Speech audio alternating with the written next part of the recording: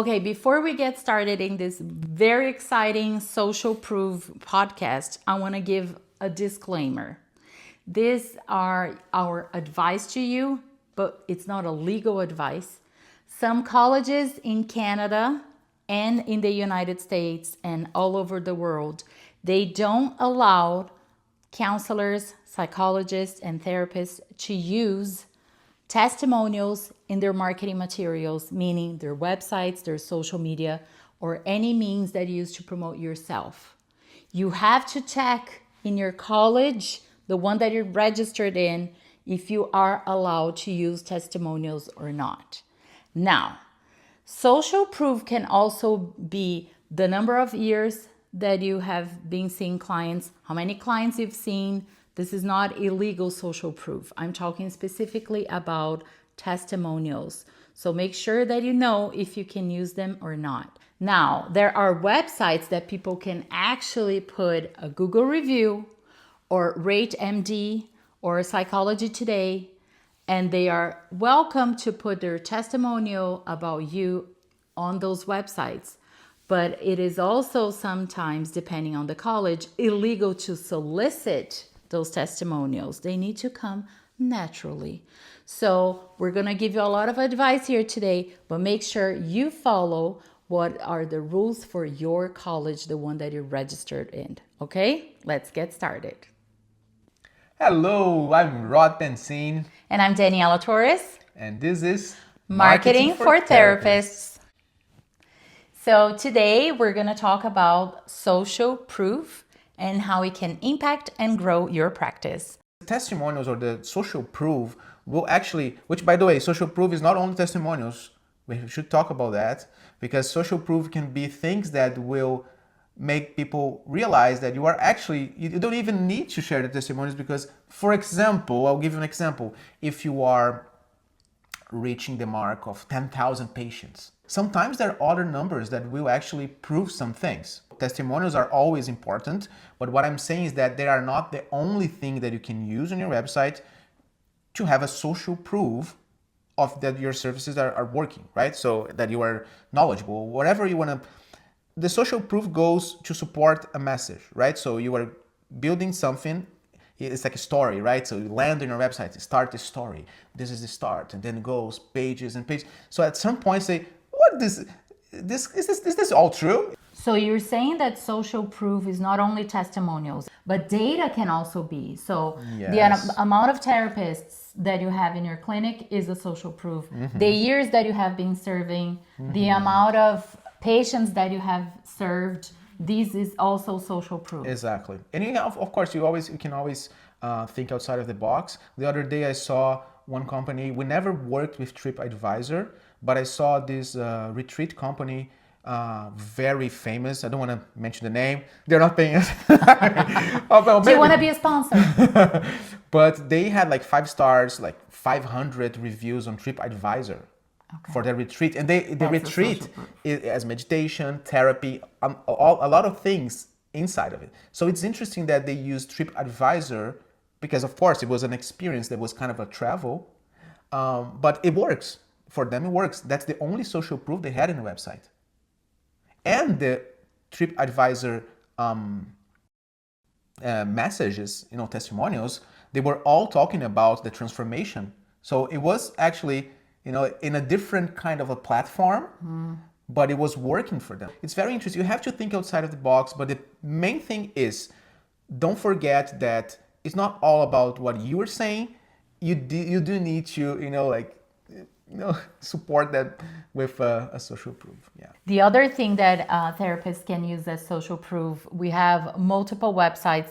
We're going to do another blog about this. We're already working on it. But therapists can have their own profiles. Listing will be a topic for podcasts. They need to have their profile on directories, we call on the directories. They need to have their own profile on these directories, like Psychology Today, for example. And people can actually write testimonials in there. And that's social proof as well. Yeah, for if you're starting, right? But there is different levels of when you are practicing. But Yes, there's many options. Yes, there's many blogs from this podcast, huh? We're gonna have at least 2 or 3. So Rod, you've done a lot of work with our clients with social proof. Everything we do in our web department, we think about the social proof, social media as well. So let's divide this between the therapists that are starting, the ones that are, they have their clinics, and the ones that are really big, and the difference in their social proofs. So tell me about someone that is just getting started as a therapist. What are the challenges that they face to get that social proof, and what does it mean for them to have social proof if they're getting started? Yes, absolutely. I think first to start, I think it's important to say that everything that I do when I'm building a website is based on what we call foundations. Those foundations, they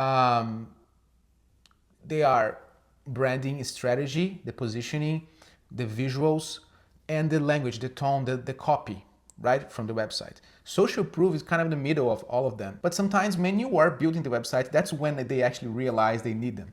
So I kind of get in. So that's why we have a lot of experience guiding therapists and clinics on that. So if you're just getting started and you don't have testimonials yet, or you don't have social proof, you can start building trust with your clients, with your patients actually, and you can build up this from there. So what you want to do is create this trust and collect this feedback on the basics. For example, how they feel when they go to your session. How do they feel about the clinic, if it's a space, if it's a physical space, if it's online, how do they feel about the process? There's several therapists now that work online, which is great. How do they feel about the onboarding process and all of those things? So you can still there's a lot of pain points for a patient that you can cover, because you were starting, you don't have also like the long-term results of that practice. So you can focus on how do they feel, how do they, how your credentials also might impact somehow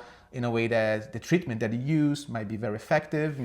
So there's things that you can focus on beginning that are more simple, and you make a huge impact. But don't bypass them. Don't overlook those. They are very important. They need to be there on your website. The social proof, what I noticed, needs to have elements of your brand. So if you're branding, if you're positioning yourself as someone who is knowledgeable or experienced, the website will need to have that in their copy. Yes. We're going to use that in the marketing materials on the website as well. And then the social proof, if you have a testimonial that says knowledgeable and experienced, which is exactly how you're positioning yourself, that statement is literally proving that what you're saying is true. Yeah. And that is the biggest reason why social proof is so important. Because you're literally saying, I'm saying this about myself, but my clients can confirm. So testimonials, they are placed in many pages. It could be placed even on a contact page for a specific reason. If you have an event, it could be a specific testimonials for that specific event. If it's a workshop, which is very common for therapists, you can have testimonials there. In theory, big clinics, they have an automated system to collect those testimonials, that social proof. They should, yeah. So, and there are softwares to do that. We can actually write a blog. We're going to write a blog, and soon That's it will a really good topic, actually. Yeah, we're going to write a blog, and it's going to be soon in the description of this podcast. The link for this blog, where we're going to suggest the most popular softwares that you as a clinic owner can use to collect those feedbacks. If you don't want to hire us to do it. If you don't want to hire us to do it. So, okay, key points. So we can wrap this up? Yeah. Great conversation. Thank you so much, Rod. My key point about this conversation is my advice to you for a therapist that is watching this, or any business actually. Have in your brand what you want to see in your testimonials. Those elements that you want to see in these testimonials are the things that you want to present when they are experiencing your brand. The way that you want to position yourself, you deliver that, and that's going to come out in your testimonials. And if you're starting, actually your testimonials and the feedback could trigger how you are building your brand and position yourself, because you don't know, because you're just starting, right? And if you are a big one, or if you have a clinic you will actually have to create this culture of feedback, culture of creating this open space, but also systems which we can help you with if you want. Hire us to manage your culture of feedback. So this culture is really important for your business.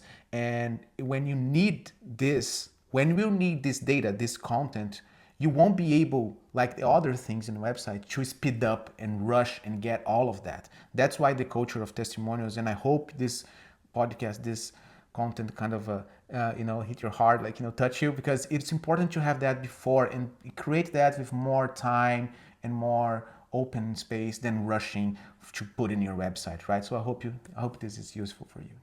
Yeah, we hope we have inspired you to create a culture of feedback, use your social proof to grow your business.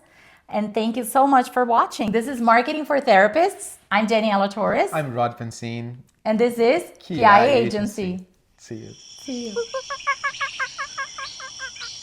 you.